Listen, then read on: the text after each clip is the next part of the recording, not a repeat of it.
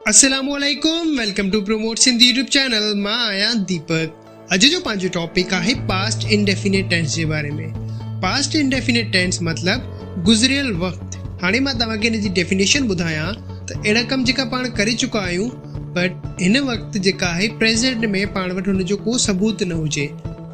इहा ई शइ मां तव्हांखे हिकिड़ी मिसाल सां ॿुधायां। इहा ई शइ तव्हां सां को पुछे थो त तव्हां कल्ह खाधे में छा पचायो हुयो, ऐं छा ॻाल्हि थिए पई हिते, कल्ह जी ॻाल्हि थिए पई, गुज़रियल कल्ह जी। ठीकु आहे, हाणे तव्हां पोइ हुनखे जवाबु ॾींदो त मां कल्ह बिरयानी ठाही हुई। सही, आई मेड बिरयानी।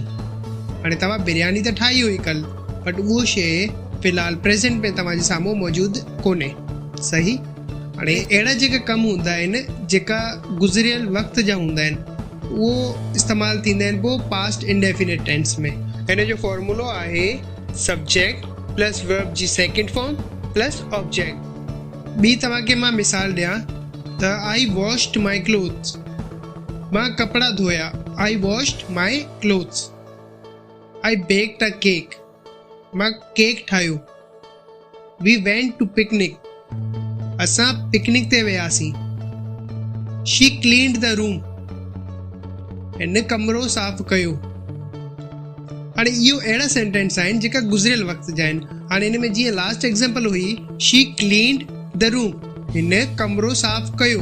हाणे हिन में छा हुयो, हुन कल्ह पंहिंजो कमरो साफ़ कयो हुयो, बट इन वक़्तु जेका प्रेज़ेंट में इन जो कमरो साफ़ कोन्हे। सही, त हाणे अहिड़ा कम जेका पाण कया हुजे बट उनजो प्रेज़ेंट में प्रूफ कोन हुजे त उहो पास्ट इंडेफिनिट टेंस हूंदा आहिनि। हाणे मां तव्हांखे ॿुधायां त नेगेटिव ऐं इंटेरोगेटिव सेंटेंसिस जे बारे में। जीअं त मां तव्हांखे पहिरीं ॿुधाए चुको आहियां प्रेज़ेंट इंडेफिनिट टेंस में त उन्हनि में जेका हेल्पिंग वर्ब हुया, ऑक्सिलरी वर्ब हूंदा आहिनि, उहो डू ऐं डज़ यूज़ थींदा आहिनि। हाणे पास्ट इंडेफिनिट में पाण डिड जो यूज़ कंदा आहियूं डू ऐं डज़ जी जॻह। हाणे जेका डू ऐं डज़ हूंदा आहिनि उहो फर्स्ट फॉर्म हूंदा आहिनि, ऐं जेका डिड आहे उहो छा आहे, हिन जी सेकेंड फॉर्म आहे। त पाण पास्ट इंडेफिनिट टेंस में डू ऐं डज़ जी सेकेंड फॉर्म जेका डिड आहे उनखे यूज़ कंदा आहियूं। हाणे इहो ई शइ मां तव्हांखे फॉर्मूले में ॿुधायां त इंटेरोगेटिव जो फॉर्मूलो थींदो did plus subject plus verb जी फर्स्ट फॉर्म प्लस ऑब्जेक्ट। जॾहिं त पाण नेगेटिव ऐं इंटेरोगेटिव जुमिले में डिड जो यूज़ कंदा आहियूं, डिड जो इस्तेमालु कंदा आहियूं, त उन में पोइ पाण first form of verb use कंदा आहियूं। ठीकु आहे, उहो इन करे त जेका पाण डिड यूज़ कयो आहे उहो ऑलरेडी सेकेंड फॉर्म आहे। हाणे मां तव्हां इहो ई मिसाल सां सम्झायां त डिड सना मेक टी। छा सना चांहि ठाही।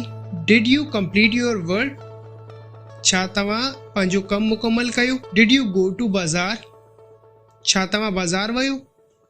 जीअं पाण हिते डिड जो यूज़ कयो आहे जेका सेकेंड फॉर्म आहे, हिन सां गॾु पाण first form of verb use कंदा आहियूं। बट हिन सां पहिरीं जेका मां तव्हांखे कराया हुया जेका अफर्मेटिव हूंदा आहिनि या सिंपल टेंस हूंदा आहिनि, जेका सिंपल जुमिला हूंदा आहिनि, हुन में पाण second form of verb use कंदा आहियूं। हाणे मां तव्हांखे नेगेटिव सेंटेंसिस जे बारे में ॿुधायां त नेगेटिव जुमिलनि में छा फॉर्मूलो हूंदो आहे। फॉर्मूलो हूंदो आहे हिन जो subject plus did plus not plus verb जी फर्स्ट फॉर्म प्लस ऑब्जेक्ट।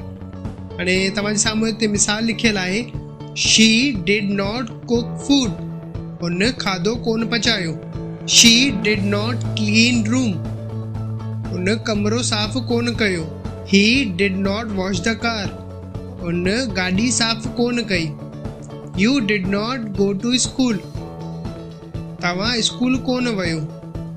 आख़िर में मां तव्हांखे इहो ॿुधायां त पास्ट इंडेफिनिट टेंस उहो टेंस हूंदा आहिनि जंहिंमें पाण कमु करे चुका आहियूं बट उनजो को सबूत कोन हुजे पाण वटि प्रेज़ेंट में।